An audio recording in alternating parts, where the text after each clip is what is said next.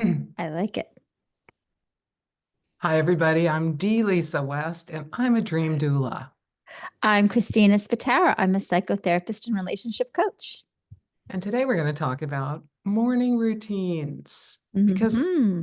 isn't it important? And I didn't realize it until recently. So until my sixth decade of being alive, I just thought about morning routines, but didn't really have one. My morning routine used to be hurry up, get dressed, take the kids to daycare, go to your job, drive in traffic, get really upset, get more coffee, la la la la la. I think people are more mindful of how they Hmm. start their days these days. But what do you Hmm. think, Christina?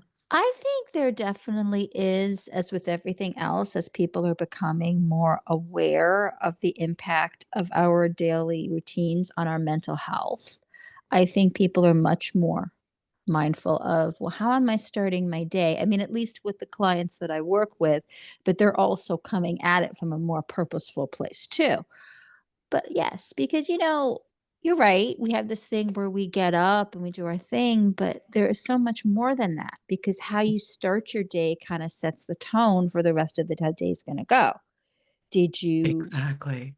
you know, did you wake up with an alarm blaring and you were like, did you wake up saying, okay, I'm ready to tackle the day? What is your routine? Did you take some time before you got into the business of your work stuff to maybe do some spiritual practices? How are you greeting the day that is heading your way with positivity and excitement or with dread? Those are all part of your morning routine. And I think a lot of people do wake up and then dread the day ahead, Hmm. which I certainly have done that. I did that for years when I didn't love my job, Hmm. or I was dreading a particular task I had to do that day. And I was thinking recently, wouldn't it be beautiful to just say, instead of I have to, I Hmm. choose to? Yes, I Because we choose to do do this. ultimately have choice. Maybe if Yes, you are listening to this and you're incarcerated, you might not have a choice of where you live, but you right. have a choice of what you think. Yes. I love that you said that because, people are always going to say, well, I don't have a choice. I have this, that. So the fact that you picked an extreme example of incarceration, you're like, yeah, you're right. You technically, your body's forced in that space, but your mind will go wherever you want it to. Right. So my one of my mentors says this is how she wakes up every day. She Hmm. does not get out of bed. She doesn't let her feet touch the floor until she's thought of a gratitude. And she suggests that people think of then 10 things they're grateful for in the morning and at night. But she wakes up and says, wow, I'm alive. I get another baby day of life that's never been lived before. Mm. And when you think of it that way, it's like, oh, not everybody woke up today. True. Very true. And so just to start the day with gratitude is a beautiful, beautiful way to start the day. How do you Mhm. start your day, Christina? Well, I actually, since I have been working virtually, I find that my day is more mine because I don't have to worry about, oh, it's rush hour. I've got to beat this thing. I've got to leave by this time. So, not having that level of pressure, I ease more into it. So, yes, I guess I am starting it with gratitude because I'm grateful to be alive. I'm grateful to be relatively healthy. I'm grateful that no matter what the weather is going on out there, that I'm able to do what I want to with my day in terms of at least that aspect of it. So, yeah, so a lot of times I'll write, depending when I get up and where my first client is. I am a writer, so I always have, little stories and things I'm working on. So that's usually where I will start my day with my writing and then read some things that are going on in the world so I know what's going on and then get into the things with my clients. That's beautiful. So you start the day doing something you love. Yes. Yeah, yeah. I I have several things that I go back and forth with. Mhm. One, I'm a dreamer, like all of us. I dream Mhm. and I try to recall my dreams. So Mhm. first thing in the morning, if I have a dream that I remember, I write it down in a dream journal. And I write it Nice. down this way: what's happening in waking life, what day it is, Mhm. and that briefly, and then the dream. Because sometimes I have a dream, but it in the moment it seems confusing and like there's no Mhm. message for me, just a blah blah blah dream. Mhm. But later on I can say, oh, this happened, and then I dreamt that, and this Mm. was the message. So that's a beautiful way to start the day, is to record a dream or two. And then I have, for the last 6 or 7 months, been writing the 3 morning pages suggested by Julia Cameron in her Mm. Artist's Way book. And that Mm. is just, if you don't know what that is, it's 3 pages of stream of consciousness. You don't write anything that you're ever going to read again or Mhm. publish. You just, in fact, if you can't think of anything to write, you just write, I can't think of anything to write, for 3 pages. And somehow um, that clears one's mind to just write Mm. for 3 pages. And Julia Cameron says that that's how she got some ideas from her screenplays and books that she wrote while she's writing these 3 morning pages. And it's been a practice of hers for over 30 years when she wrote the book. Wow. So writing down my dreams, doing the 3 morning pages, and then I have another gratitude journal that I write in. But sometimes I just do half of one of those things, and then I was Mhm. like, oh, gotta do something, I gotta do this or that. Mhm. So my morning is, although I plan it to be a beautiful morning with Mhm. these spiritual practices, Mhm. sometimes life interrupts me. Of course. Yeah, yeah. And I know people who first thing in the morning, what they do is exercise. Mm. God bless them.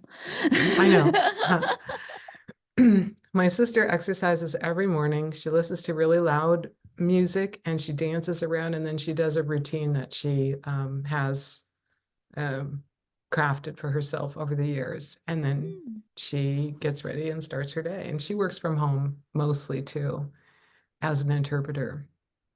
Mm. But I think starting her day every day with her exercise routine is really beautiful for her. And it Nice. makes her feel, like she's in her body and Mhm. she's awake and aware and she's here. I think of all the practices we've discussed, gratitude is probably the most important one, Mhm. I think you're right. because 'Cause it's even if you're incarcerated, there's mm, something you could think of that you're grateful for. right. Now, I know we are picking an extreme example with that. So I think Let's I choose think another one for me. let's choose another one because but I actually like that you picked an extreme example, like I said before, because people will say, "Oh, but I have nothing that I'm grateful for." You know what? Just find something, anything that you're grateful for. I was watching this YouTube and it was this neuroscientist who was talking about the idea that what we expect will impact what we get. So, like, for instance, when you go, let's say you go to a restaurant, two people go to a restaurant. One person's like, oh, look at this place. It's such a dive. I bet the food here is going to suck. I can't believe we couldn't find something better. And then the other person's like, you know what? It's a new place. I'm curious to see what they offer. Maybe there'll be something good. And so the person who came at it negatively, no matter what they serve them, they're going to find something wrong with it. Where the person who came at it, I'll explore, is going to get so much more enjoyment from that meal because they're giving the expectation of positivity. So when you start with the gratitude, anything that you are grateful for in that day, you're starting from a place of strength and saying, wow, okay, I'm grateful for this. So that the good things that happen will being reinforcing, and anything that happens that maybe isn't so pleasant, okay, but at least I started my day being grateful for this. So it's puts you in a Yeah. much better mindset. Yeah. It's like looking, the term I heard flying through my mind when you were talking is looking through the glass darkly. Yes. I don't know who even said that, but it must be a quote from a book or something. But the glass is half full or the glass is half empty. Exactly. So the grateful people think the glass is half full and the Right. rest of it's coming soon. Exactly. And then the people Yeah. who yeah, exactly, people who are pessimistic and who aren't grateful, they're like, "Oh, I have only this little bit left, and then it's all gone."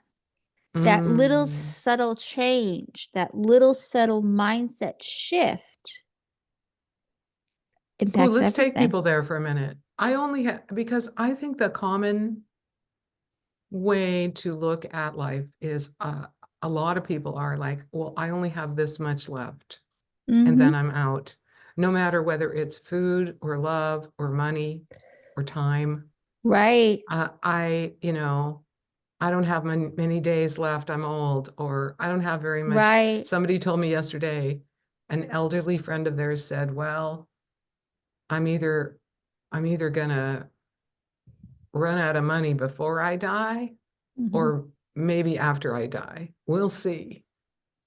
And especially in the USA, people are Mhm. worried about things like that. Yes, of course. And, And so, how do we get out of that? It's not enoughness. mhm. Is it gratitude that pulls us out? Mhm. I think gratitude is a very important tool for pulling us out, absolutely. You'll see books, you'll see lectures, people who talk about the idea of the scarcity mindset. When you let go of the scarcity mindset, that abundance comes to you. But the whole idea is it really is about you shifting your thinking. And people say, well, this is how I feel, this is how I think, how can I change that? I always go back to the idea that whole concept of neurolinguistic programming is that you can rewire the brain. You could rewire how you're thinking, how you're seeing something. You absolutely can. I'm not saying it's easy, especially if you've been on this track for a while, but you absolutely can rewire it. Mm. And do you use NLP in your coaching and your other practice? Yes, I do. Yes, I do. Yeah. It I am always amazed by when the shift happens. Like I Mm. see it in the person when they've really now on that different track, and they see it for themselves too. And Yeah.